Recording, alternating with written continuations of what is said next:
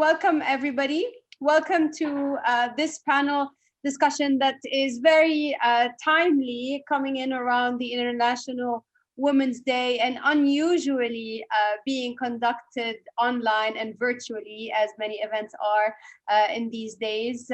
We would like to, of course, thank and give the credit to International Businesswomen's Group for putting together this session and choosing some of our regions and the UAE's most inspirational speakers around this topic. Today, we're going to discuss the role of business groups in advancing women empowerment, how women business groups can basically support, help, empower, enrich each other in the business world. Before we do that, I would like to give the mic to Gulizar for her opening remarks, and we get back to our panel. And at the end, we will take a Q&A as appropriate and within the time of this session. Gulizar? Thank you.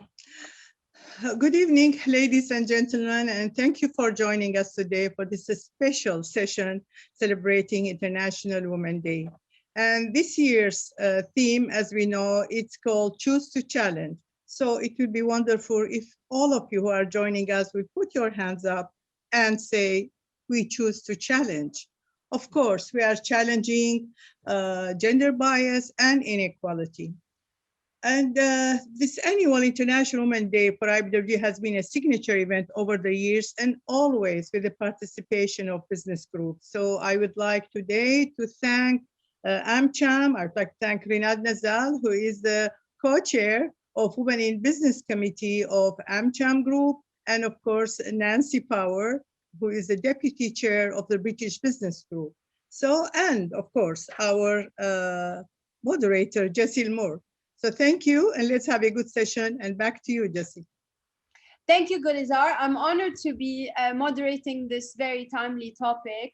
Now, without further ado, thank you for introducing our speakers tonight. I know you have a lot to say and to share about your experiences, having spoken with a lot of businesses and female business owners and business groups. I would like to say that being so lucky that we live in a country in the UAE, which actually leads in the field of female representation, whether in the workforce or in the boards of UAE listed companies.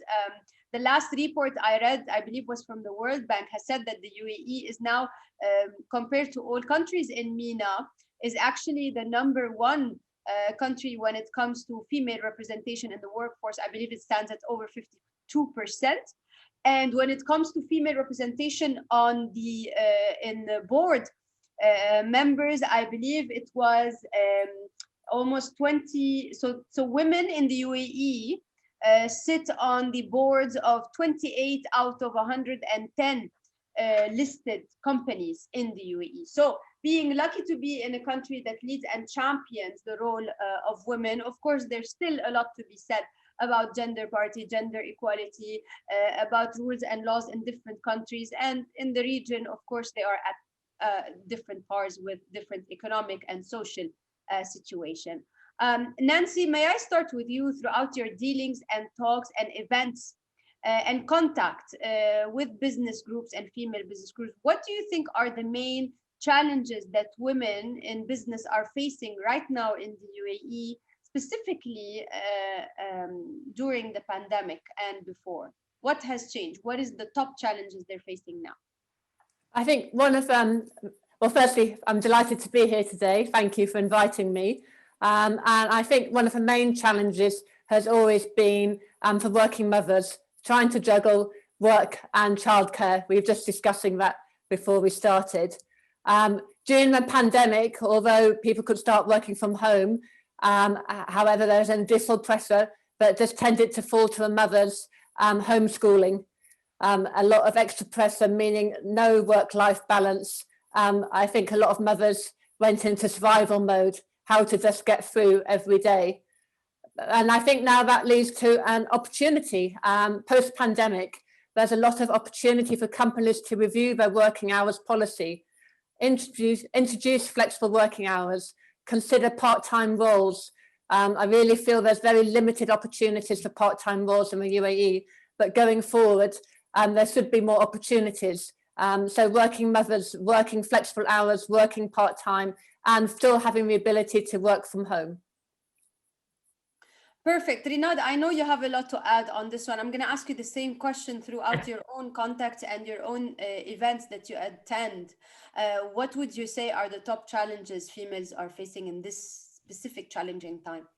Sure. I want to thank you on behalf of AmCham Abu Dhabi. I want to thank you for inviting me to speak today. I really believe so much progress was made for working women in the UAE before pandemic, and yet we still have some stumbling blocks that we need to overcome. One of the, I agree with what Nancy has mentioned. The work-life balance is very much affecting physical and mental health of not only women in the UAE, but really across the world. But another thing is women are now questioning their current and long-term career prospects. We've recently seen a lot of job loss.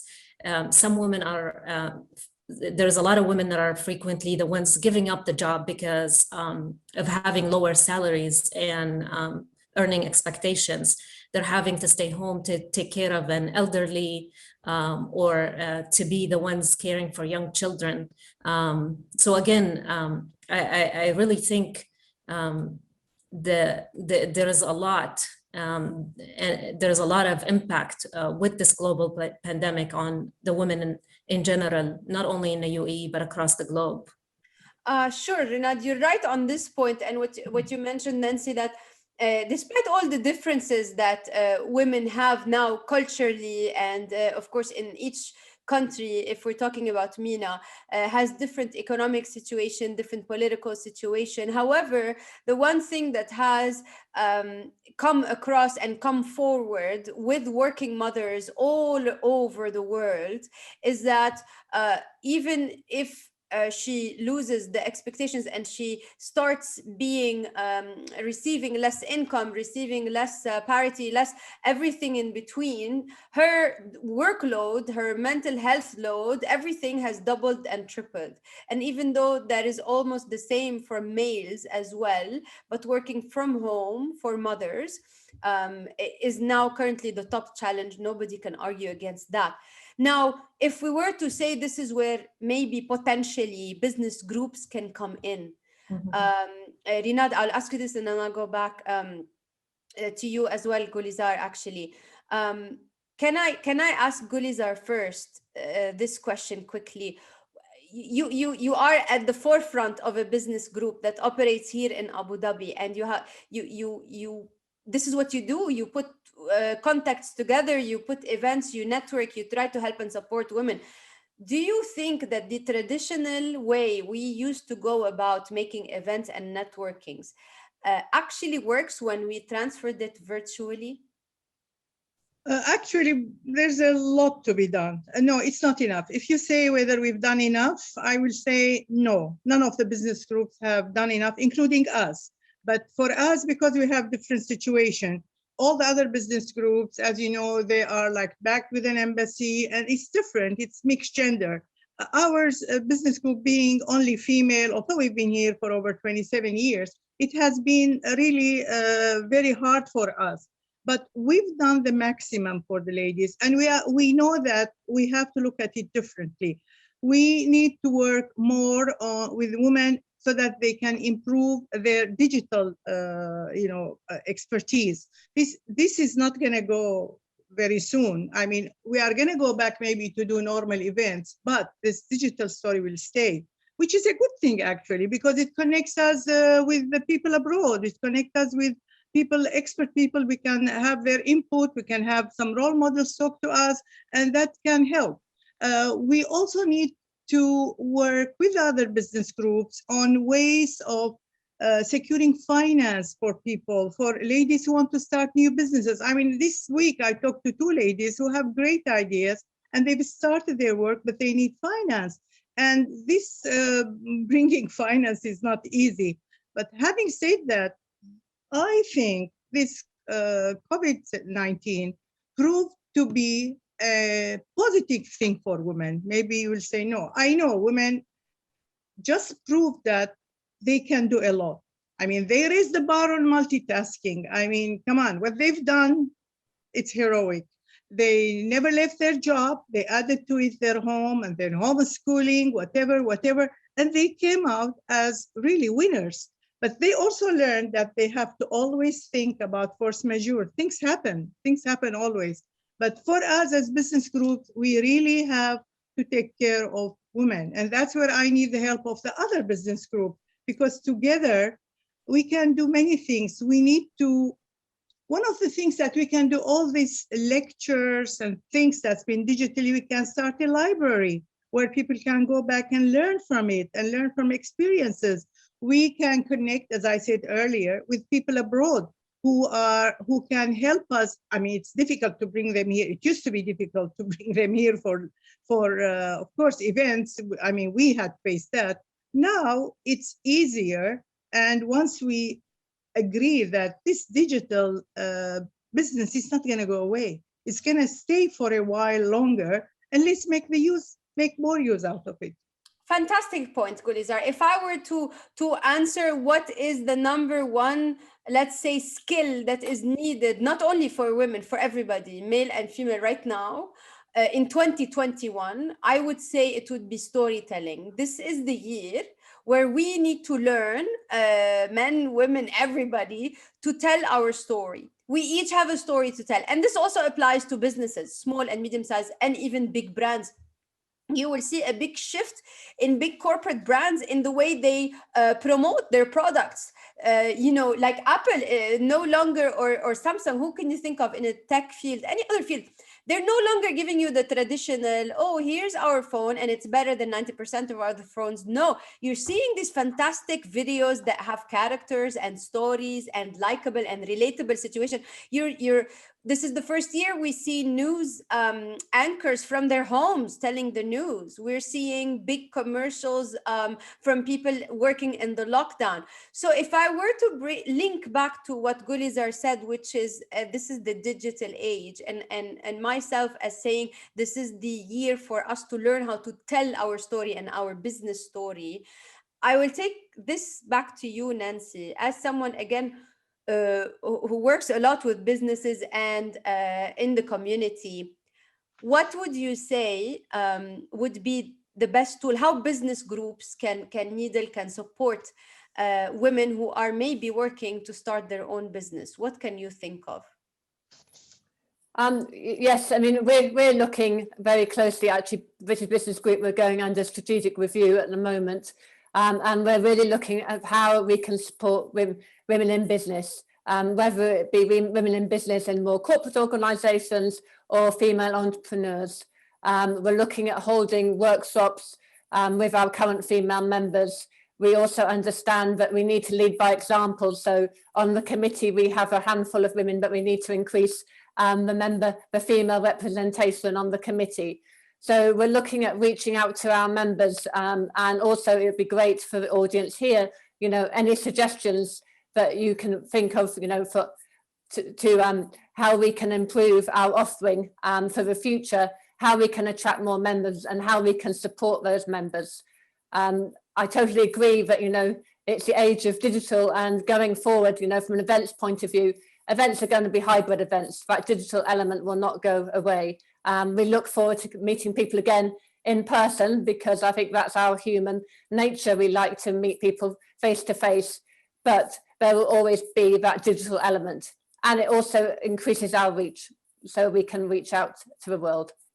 Rinad, before we started today's event, you were mentioning, I don't know if many of you know, Rinad works in the healthcare sector, which is now at the forefront of the historical, horribly challenging pandemic that has really, turned our lives upside down from all levels, okay? And this is where Rinad's background comes in. I don't know, what are your thoughts here on ways to support when we talk about digital and small business and women having creative ideas, looking for financing in almost also the toughest time to look for financing?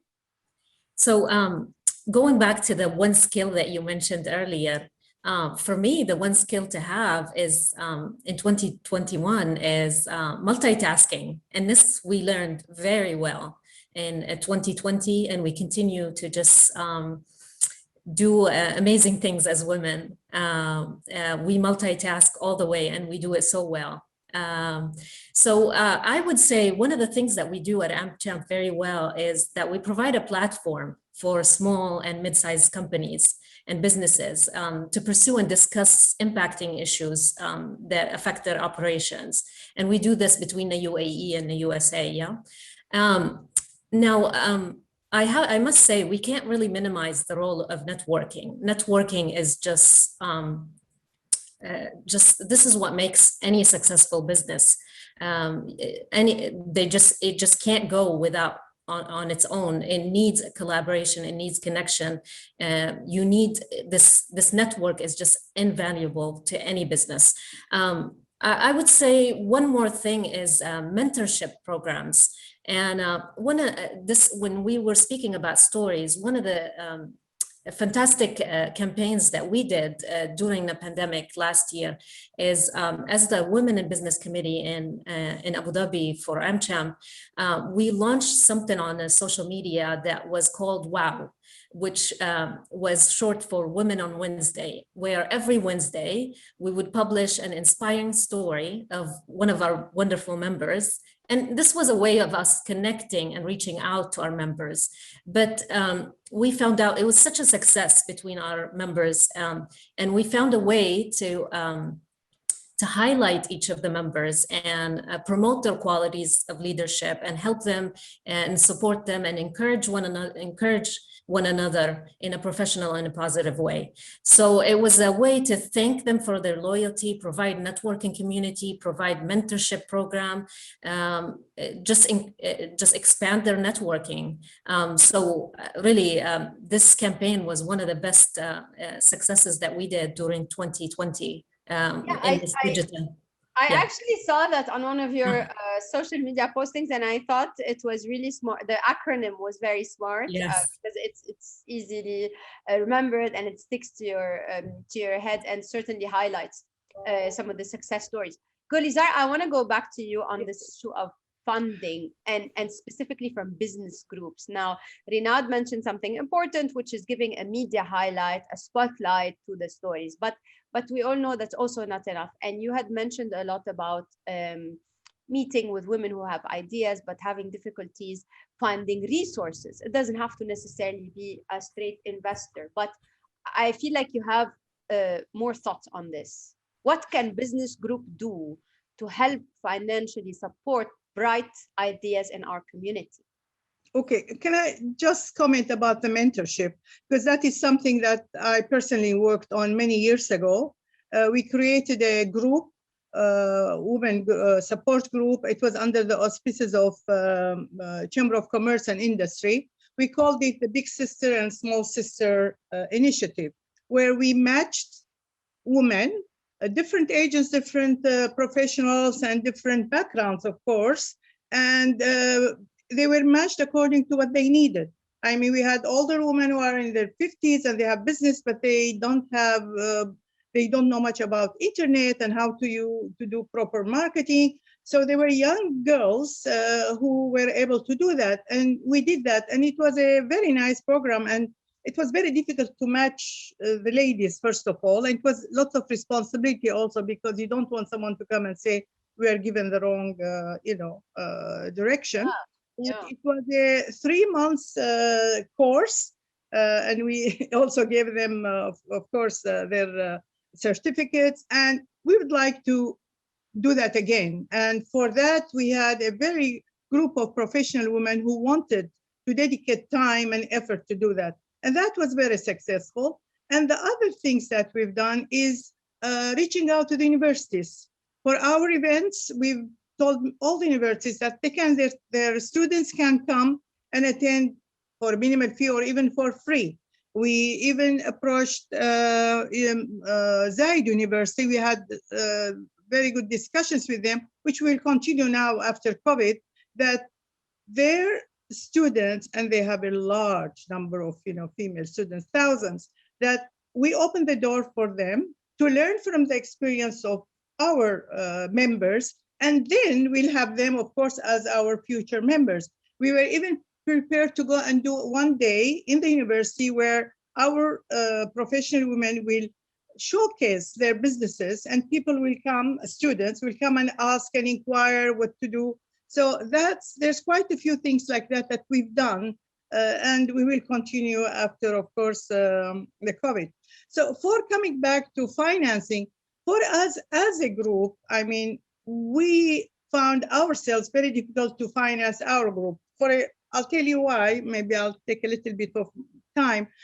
For International Businesswomen's Group, I must tell you, even 10 years ago, we didn't have any events with any other business group. We are not invited, actually, to take part in those, because maybe the idea was, oh, they are women group, and most of the time they think it's social group. So anyway, we thought out of the box, and we started a campaign, and we managed whatever. I'll come to that one later on. But finding people to finance even a business group when it's female, it's very difficult. We need the big corporations. We are happy that someone like Shell is one of our sponsors, but we need more. We need the business groups. They have more big companies, because they are backed also with the embassy. They have big companies who are sponsoring them or who are members with them. And those people have aligned with, even with the banks, with the support of the government. This has to be worked together. We cannot say British Business Group can do it, we can do it, AmCham can do it. No, this is a collective work. If we don't agree that women empowerment is a collective work and it's something ongoing situation. I mean, I was on an interview on Abu Dhabi TV, and my slogan was, for me, March 8th, every day is March 8th. I don't need to wait for International Women's Day to talk about this thing. So if we make this our core issue, that we work together, we can find solutions for everything, especially financing women entrepreneurs.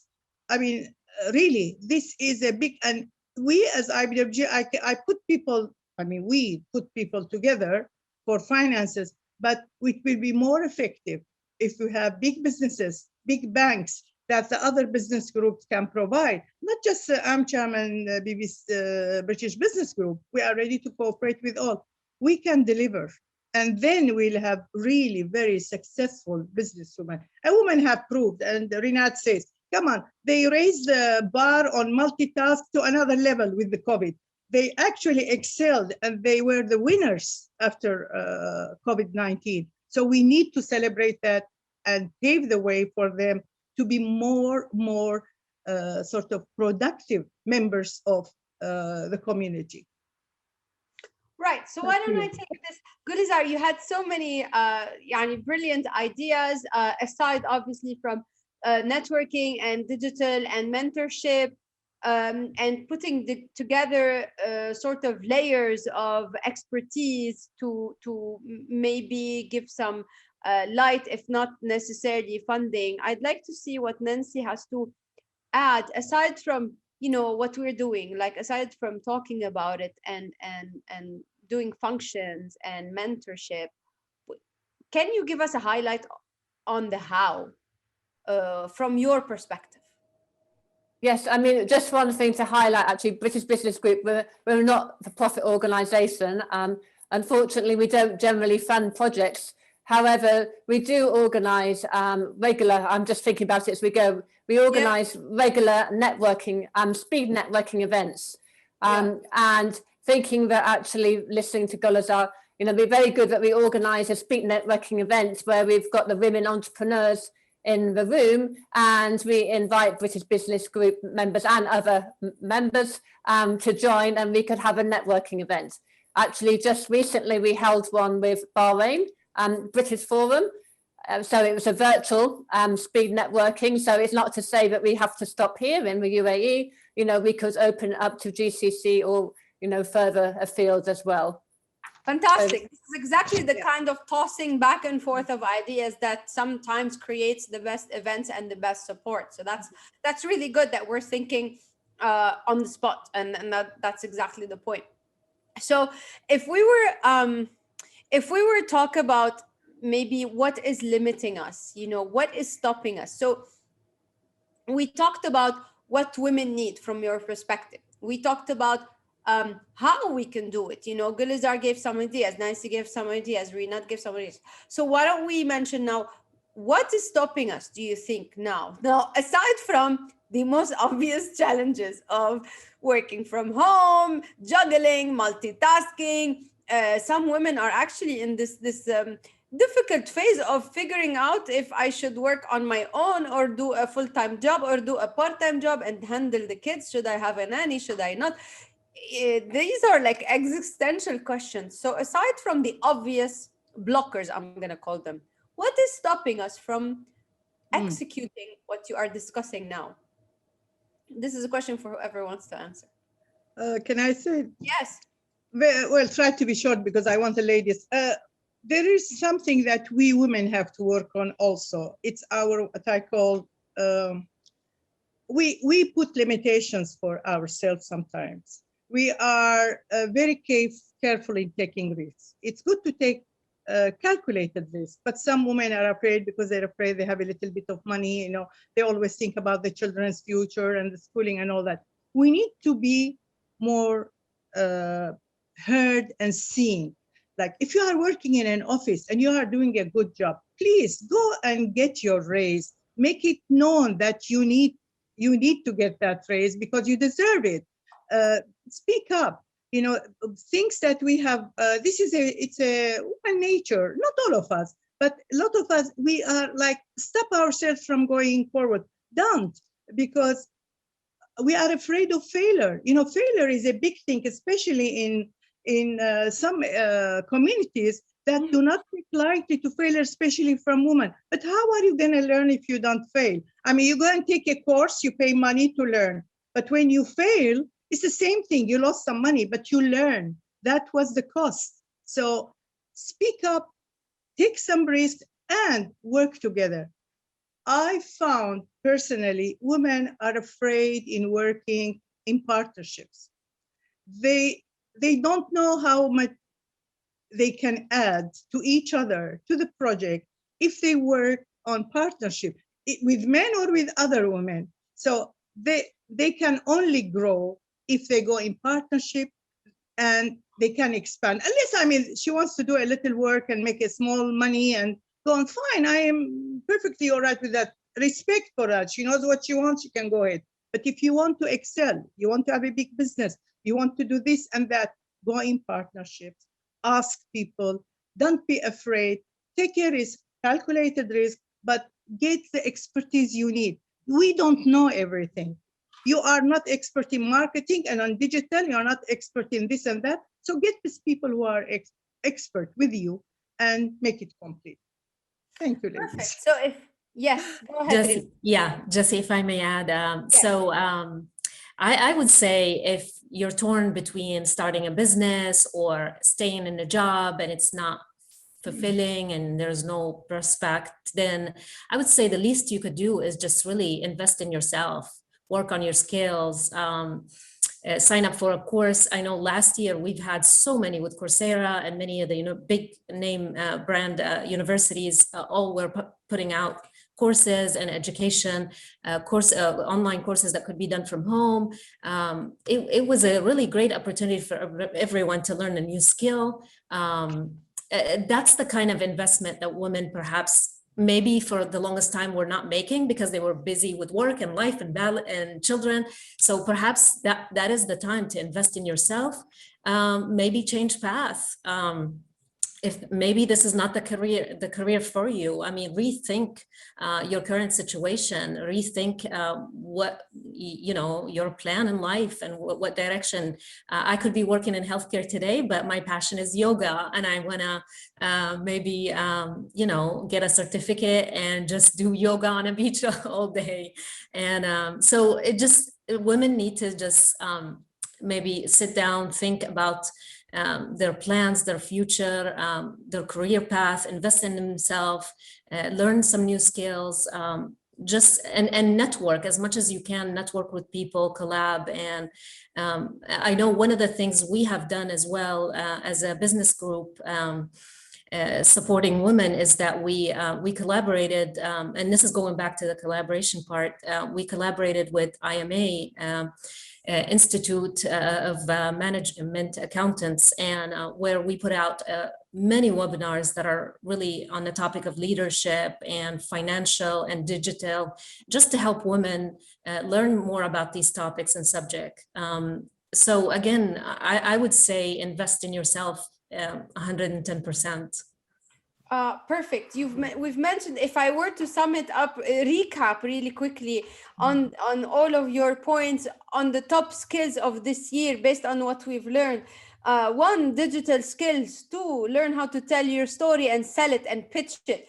3, learn new skills and invest in yourself. 4, fail. The importance of failure, because we're not a culture that deals very well with failure. We don't glorify failure. We lift the carpet and shove failure under the carpet, and we step on it and we pretend it doesn't exist. We're not a culture that has learned or taught or teaches its kids. I teach my kids to fail all the time, because you are right, this is the best way to learn a lesson. And 5 would be repivot, like Rinad said. You have a career, something happens, instead of dwelling on it, great, think, this is my situation now, these are my skills, this is the pluses and the minuses, what can I do to move forward? All of us are in this situation. And if I were to add number 6, I would be, for women, I would say negotiate. I keep seeing friends and colleagues, females, who are too hesitant to negotiate. Even in a job offer, they get an offer, they accept the first salary offer, and it could be 30-40% less than not only what they want, less than their market value. But we as women in our culture, we're not pushed or taught to negotiate. When a male negotiates, it's been shown over 40%, they get 40% higher in our region, simply because they say, well, this offer is underwhelming for me, I was expecting X and Y, and they get at least 20% higher if they don't get that X number. So I try to help my colleagues and the females I train, the skills, negotiation skills, that in essence, you taking the first offer on anything in life is a sign of weakness. It's not a sign of being flexible. And that doesn't only apply to money, it applies to any opportunity you get. So get into negotiating, put your requests and demands and what you need, and see what the other side has to offer. This is why you see a lot of employers tell you, you tell us what your expectations are when it comes to salary, and you should never show that card first. Always make sure that they do. Gulizar, you have something to add on negotiation? Yeah, something just to, maybe it will be a fun thing to say. When I first started, I'm an architect, so I'm in a male-dominated industry, and here I was a young girl, my first job in London, and I was very happy I had a job, and I was told it will take months and months until I get, of course, promotion. And after 1 month, my group leader calls me, and as he's giving raises on Christmas time, and he says, Gulizar, we've been watching you, we're very happy with you, and we want to offer you a raise. And of course, I was like, wow, thank you. But poor man, he just continued and said, I wish I can give you as much as Brian next to you, but after all, he's a man. I said, excuse me? He said, well, he has more responsibilities. And for me, this is London, and I worked and lived in London, but it was my first job. And I just looked, okay. So somehow sometimes you have some strength inside you and you don't. So I told him, look, I'm very happy the way I am. I'm so happy with my salary and the work. but please, this is against my principle. Can you please hold on this phrase? Give it to me when you think, or the board, whoever thinks that I deserve the same as Brian next to me, you know. But please, I'm very happy. I'm not upset. Just hold it on. And I left. I don't know how I did it. I was later on, I thought maybe they'll sack me. But 3 days later, the guy came and said, no, you're right. You deserve to get the same salary. Of course, for me, culturally, if I had told that to my parents, they would have disowned me, because in our upbringing, you don't ask for more money. Why? You need money as if it's as if you are begging for it. But that's what's your word. My parents didn't know about it. I told them maybe after 20 years that I did that, because so culture barriers and community barriers stops us. No, we should know our worth, and since we are doing the job, we ask for it. Otherwise, no. Sorry, Nancy needs to say something on this. I just wanted to say that it's very important to have the right support network around you, because in that instance, obviously you're saying your parents weren't the people to support you, but somebody else in your network might be the person saying, yes, you did the right thing, but not everybody would agree with you. And I think, you know, I've been on a specific WhatsApp group during COVID times, and it's really important that actually sometimes you think you're the only person in that situation, but you soon realize if you've got that network around you, there's lots of other people, and actually your situation isn't as challenging as somebody else's, but it's easy to forget that. So if you have that support network, so whether it be, you know, British Business Group, another business group, but also a mentor, you've got to build up that network so you have the right people who can, I guess, boost your confidence and help you in whichever direction you want to go, support you there. Go ahead, Rina. I would, very short, I would say know your worth. Learn about your skills and know what is your worth. So when you sit on that negotiation table, you know exactly what you're negotiating for. Study your value, compare yourself to your peers. There's a lot of material out on the web that you can look up people with your background, your skill set, and see what is your worth, and come to the table prepared, definitely. So that's my 2 cents on this one. Yeah, 100%. So if I were to ask you, what do you think, you know, Gulizar and Nancy mentioned it a little bit on some of the challenges that business groups themselves are facing, which impedes their ability to offer support to others. So let's talk a little bit about that. You know, what would you say are the top challenges business groups themselves are facing, which is stopping them from helping?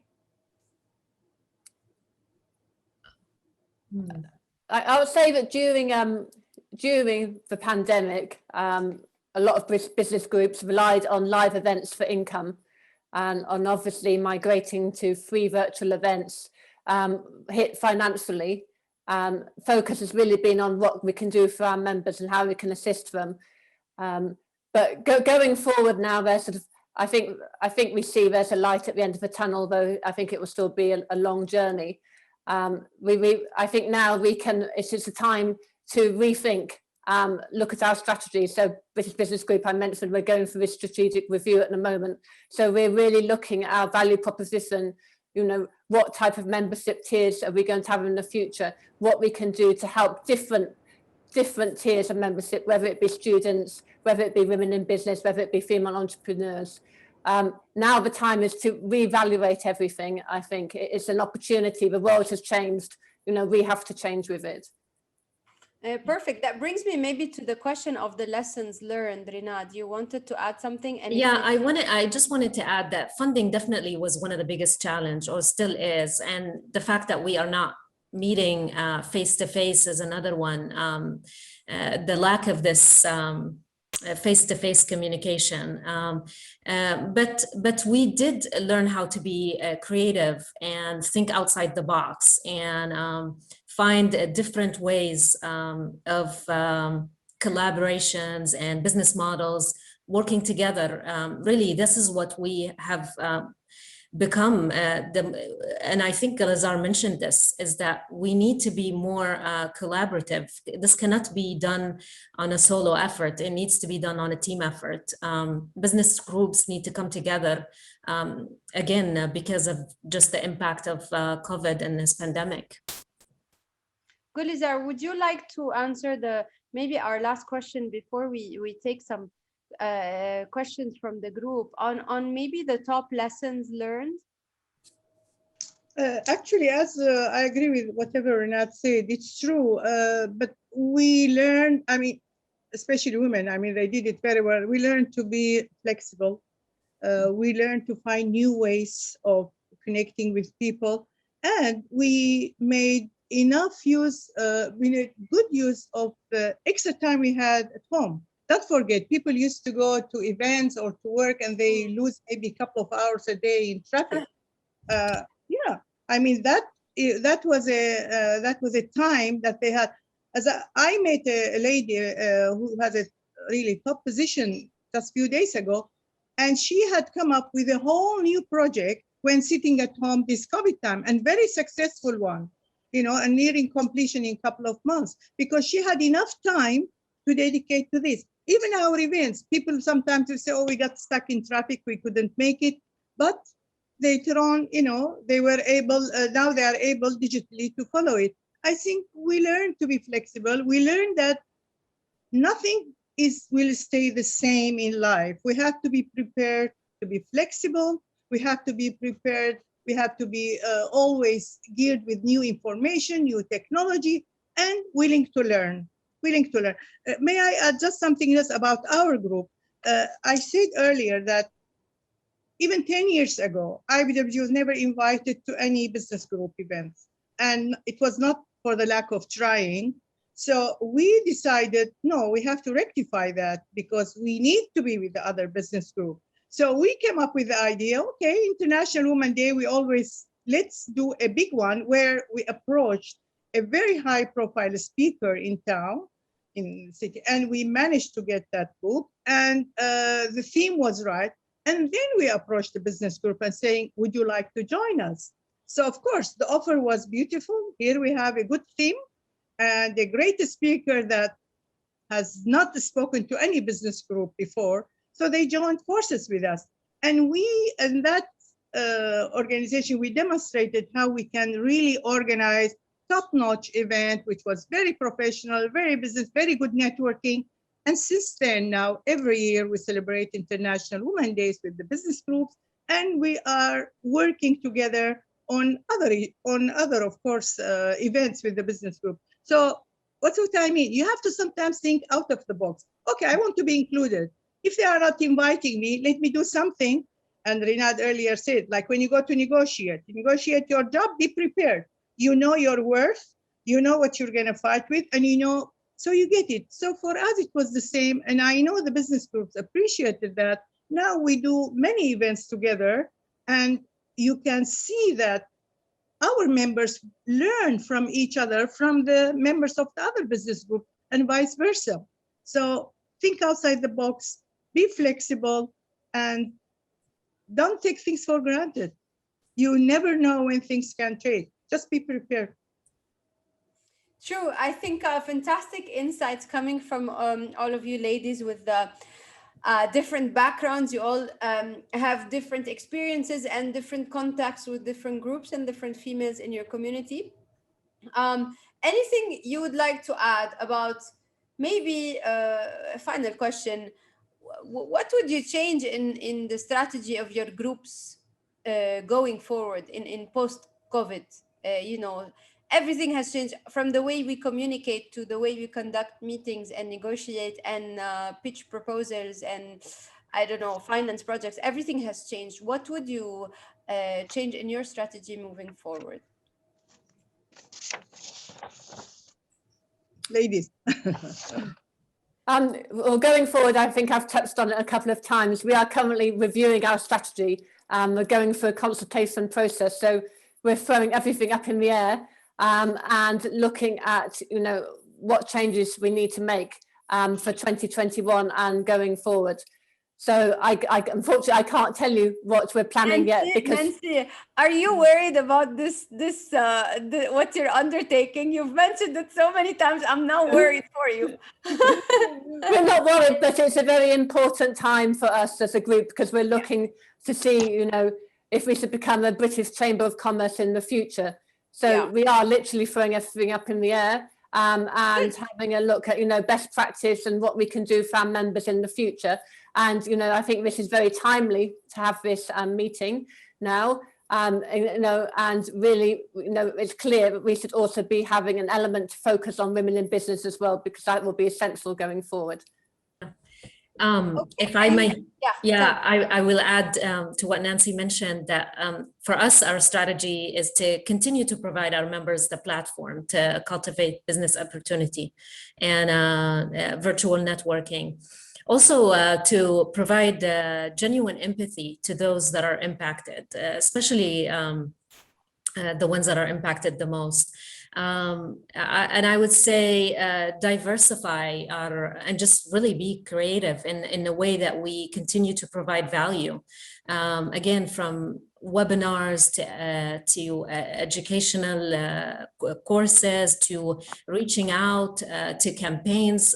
Just we really need to be thinking outside the box and just diversify our business group support. This is it. It's a tough time, but I think we'll come out of it stronger, if anything. So if you don't have any last thoughts, I'm trying to go through some of the questions. There's a lot of interesting questions ranging from support groups to corporate to emotional intelligence, which I find intriguing, coming from a man, which is really interesting. Why don't we take a couple of questions? What do you think? You do that. All right, let's do that. So some of the questions have been answered via the chat, but I'm going to try to go through them in order really quickly and filter those that I find we can give a perspective on. So let's say, I think Najwa had a question to everyone, and she's asking, do business groups in Abu Dhabi reach out to corporate leadership in town to collaborate maybe and promote workplace diversity and women empowerment across the business community? If so, can you please elaborate on such collaborations and examples of successful outcome? Do you have any?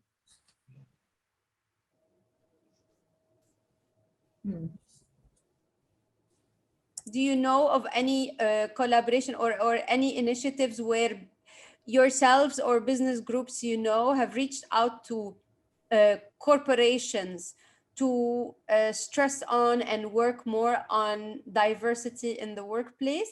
Now, I think Liz has answered and said that AmCham works with ADGM, Women's 30 Initiative, and the Aurora 50 program. And Liz went on to mention several other initiatives that they were found through a simple Google search. She says Abu Dhabi has many outstanding women's programs. So the only answer I could get was from Liz. Okay, if Thank you, Liz. Yeah. Tell me, Gulizar, you had something? Well, I've been I've even traveled with, I do, of course, get in touch with other business groups here, like the women business groups, if you want to say, like the Abu Dhabi Businesswomen Council and Emirates Businesswomen Council. I mean, more the local population. I've even done a couple of trips with them to represent the group here to Kazakhstan, to Uzbekistan, to many other places, which was good because we started talking to them and we had people visiting us here from there. In the past, we've had delegations. Actually, we've been in touch with other business. There's another group which is very well known in Europe, and we hosted them here. They came with 6-7 women, and we had a big event where it was like a very nice panel discussions, and it's continuing. And I'm still now, one of them is WIN, which I still follow them, and we do with them, online webinars. With the government, for us, it has been to approach the key people so that they support us, by attending and showing support to women, showing support to women empowerment. That's been actually what we've done, but we are ready to, of course, to speak to anybody. As I said, initiatives with universities, but other entities, no, I don't think so. Okay, fantastic. So here's I thought was a very interesting question from Jason Moore. And he says, women are known to be more emotionally intelligent than men. Can you give us businessmen a tip on emotional intelligence? Okay, I'm gonna start if you let me on this one, because I love this topic. Way before I got my master's in journalism, I have a bachelor's in psychology, and I love emotional intelligence and all the research that's been done around it. So very interesting question. The one thing I would say around emotional intelligence is that it's the most underrated, misunderstood concept in social sciences and in business world. It's really does not get the exposure that it deserves.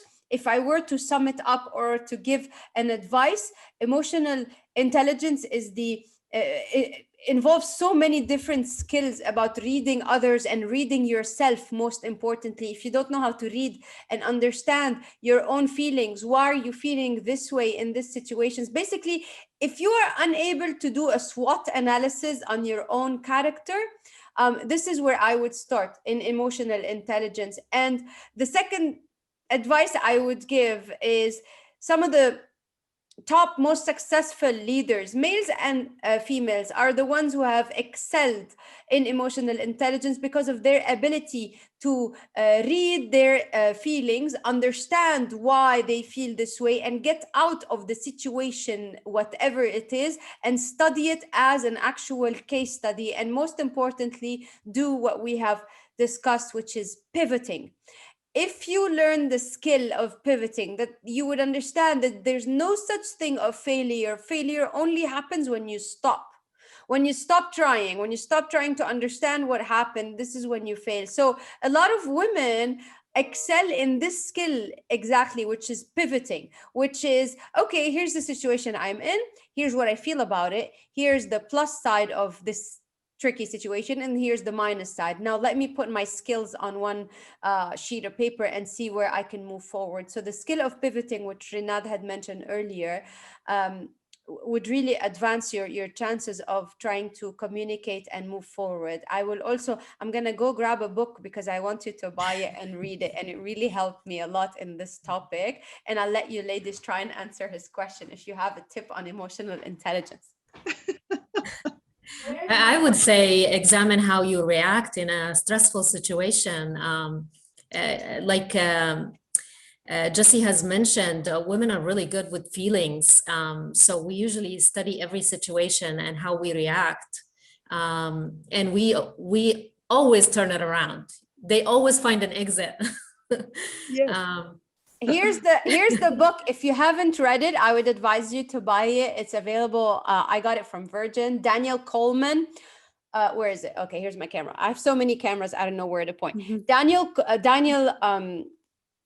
Goleman, sorry, not Coleman, Goleman with a G, Working with Emotional Intelligence, is a fantastic book that mixes basically business and leadership, and how to, basically it proves to you that it is simply a set of skills that are easily acquirable through a lot of case studies and learning simple exercises on self-control, on knowing your inner sides, competing with the stars, setting goals, best practices, learning, all of that, and teamwork. So it's a wonderful book if you want to pick it up.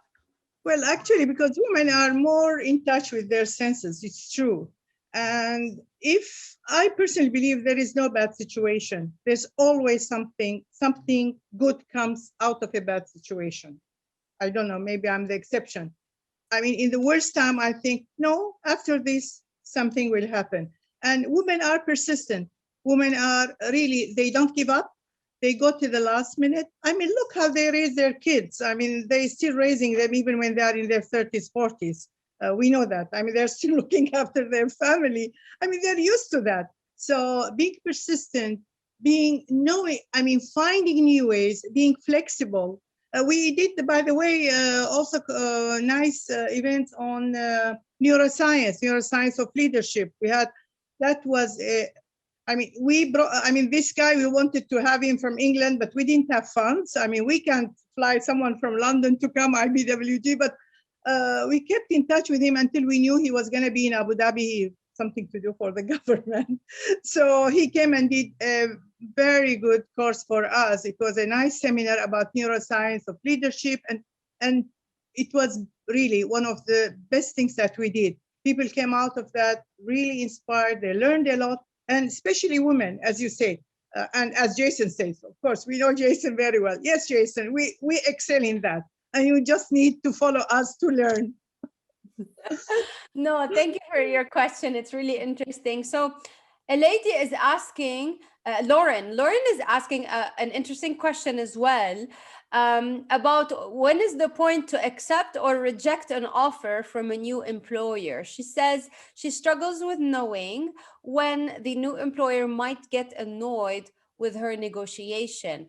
If I were to give you a quick advice, from what I've learned previously, any employer who's going to be annoyed or frustrated by you trying to negotiate what you think is your worth is not an employer that is worth your time, and is not an employer that you want to work for anyway. Why do I say this?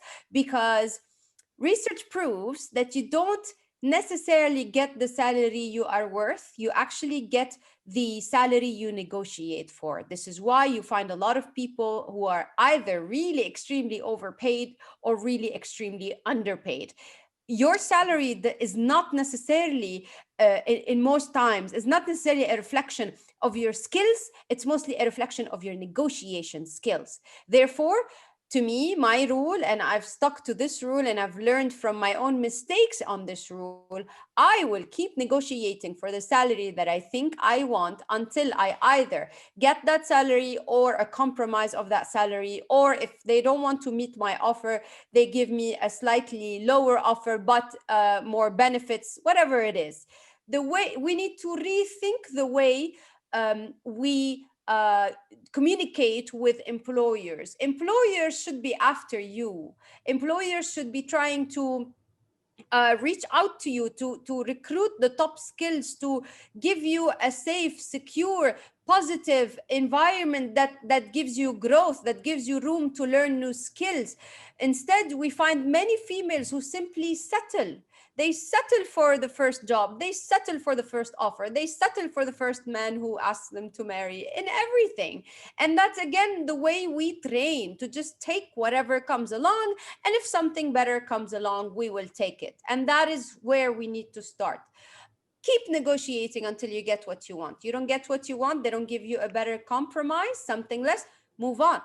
Move on to another employer, because that employer also knows if you will fight for your own salary and fight for your own right, you will also fight inside that company for that company itself. If you take the first thing that comes along, if you take the easy way out, you will also take the easy way out if you get that job. That's my 2 cents. You covered it well.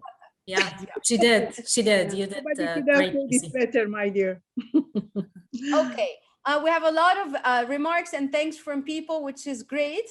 Raya says business groups should consider creating an initiative to help women who lack financial support in raising finance to support new or existing businesses. Yes, I think we touched on that pretty much before. There's a lot of thank yous for the talks, and I think we've touched on all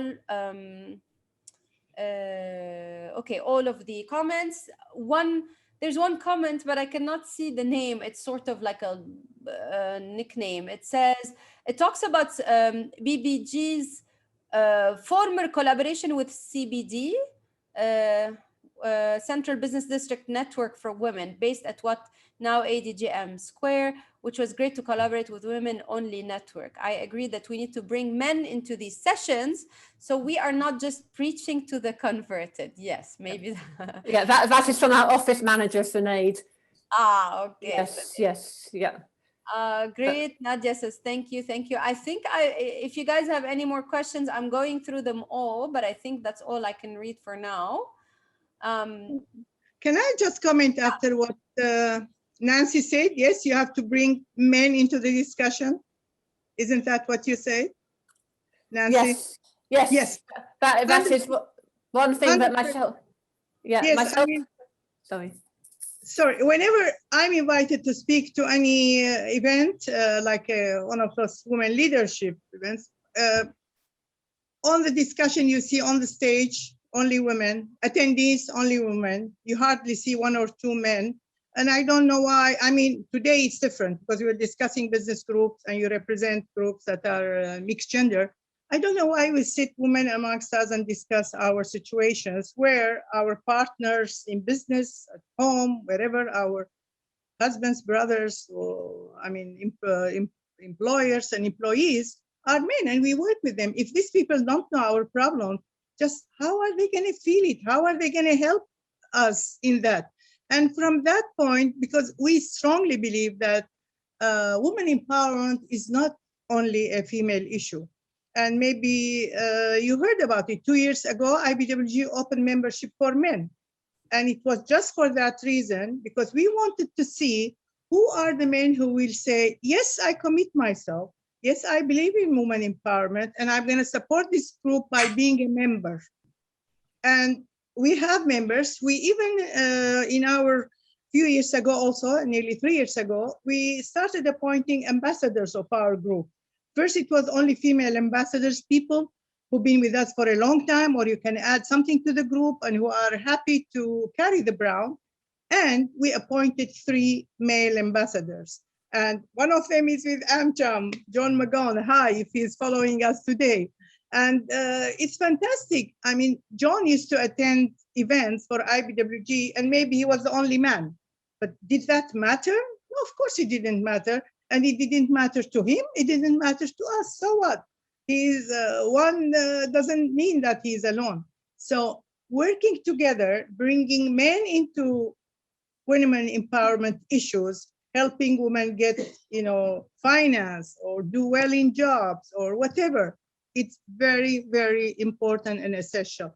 We shouldn't be alone in this, and they shouldn't let us be alone in it, because every man, if he respects his coworker, a female coworker, he will get more. Of course, the company will prosper if you support who is working with you, regardless if she is male or female. So yes, spot on. Thank you for saying that, Nancy. All right, ladies, I think we should empower professionals, men or women, seeking equity, not equality, from Nadia Al-Mazroui. Yes, that is also an idea that I hear many women saying, that despite the fact that they support, of course, initiatives to empower and support women, but you'll find a lot of women in the professional world here in our region are just so tired of hearing the slogans of women empowerment, because they feel women don't even need to be empowered. You want something, you go get it. You don't even need to be walking around under the umbrella of women empowerment. If you are good, you should be good for your skills. If you are chosen, you should be chosen for your skills and not your gender. And that applies for males and females. So I don't know, Nadia, if that's what you mean by we should empower both men or women who are professionals in their field, so equity and not equality. But I've heard that from, in fact, I was on a recent panel with Kuwaiti, actually GCC lawyers. They're all females, and the top lawyer in Kuwait, who was handling the event, was really saying something that surprised me. It's the first time I hear it, and she's saying, they were basically undergoing parliamentary elections in Kuwait, and it was the first time that the number of women was so high taking part in the elections. And while every other country was, congratulating Kuwait for having such high participation from females MPs, she was really upset over it, because she's saying, I'm so upset that we're actually being congratulated for numbers of MPs that are taking part, because the majority of the women taking part in these elections are actually not qualified. They're simply got to be nominated only because they are women. They have, the majority of them don't even have any political background. They've never had even community activities, even though it's widely available and widely practiced in Kuwait, and legally they have all the right to do so. So she was saying, and she was telling me, Jessie, I bet you they will fail because some of them are just social media influencers. They just got in because they are women. And that's exactly what happened. It was the highest number of women participating as candidates, and the majority of them didn't win because they scattered the votes, obviously, in between them, and did not do the favors for women in Kuwait in that election. So okay, so with that, all I see is a lot of thank yous, and I'm grateful that I was part of this discussion. I hope we were able to give some advice and maybe insights of what's coming next. And I hope in our next event, finally, Gulizar, I get to meet you. We've done so many events and talked to each other, and it was only virtual. I have not yet met this woman, even though she's fantastic, and she manages to reach me. You're the only one. I don't know how you do it in between my zillion events. I want to thank all the... Before you go, can I say, yeah, I agree, because Nadia was raising that question. We've had lots of discussion. Nadia herself, she's a doctor. She has a PhD in pharmacology, and she's a great, yes, women like that who come in just because they are women and they won't get a position, I'm sorry, they harm the cause. They give the wrong impression of hardworking women who really want to reach somewhere and help the community. No, those are not the ones we talk about. Number two, of course, today the session was all about business groups, etc. And when we talk about women empowerment, let's not forget, there's a whole lot of women in the world, globally I'm talking, not businesswomen, who really need to empower. Those are the people who get harmed, who get the worst of everything when it's war or racial discrimination, or I don't know, in all these troubled areas in the world, whenever there's a war, of course, women are the first who get hurt, children are the first, and women, you see lots of professional women who end up maybe cleaning homes because they want to bring, some food to the table. So so that's another session. I don't want people to think that we are not touching that. That's another issue. That is it. But today's issue was about the business group. So we concentrated on empowering women in business, but the ones who really deserve to be empowered, and they are working to reach there, not just because there's a quota for 5 women here, so let's jump on the wagon. We don't want to follow that. That hurts our cause. Yes, Jessie, I think you agree on that. And the lady, you agree? 100%. Let's reward skills and not gender. And even though I'm happy to see more women coming forward with this, let's reward skills and not just a woman for being a woman. We're all born into our gender. We don't get credit for it. It's not something that we should be rewarded for. We're born like that. It's like you're born into your family, or sometimes into your sect, religion, whatever it is. So, okay, I'm sorry. My 2 toddlers are banging on the door. It's bath time. Thank you so much. I was honored to be your moderator. I'm going to try and conclude my camera before complete barrage comes in and the 2 monkeys. Nancy, Renad, thank you so much for your patience and giving us insight. Do you hear that? I got to go. Gulnar, I love you so much. Thank you for this wonderful event. See, I'm going to mute my mic now. Mommy, coming. Ladies, lovely having you. Nancy, Renat, really. We haven't met in person, but I'm sure we'll rectify it very soon. But, your insight, your, ideas, it was such a wonderful addition to this session. And look at the children. They're going to be in business groups very soon. We take the girl with us anytime. Thank you, ladies. Thank you. Look forward to working together in the future. Thank you. Thank you, Jessie.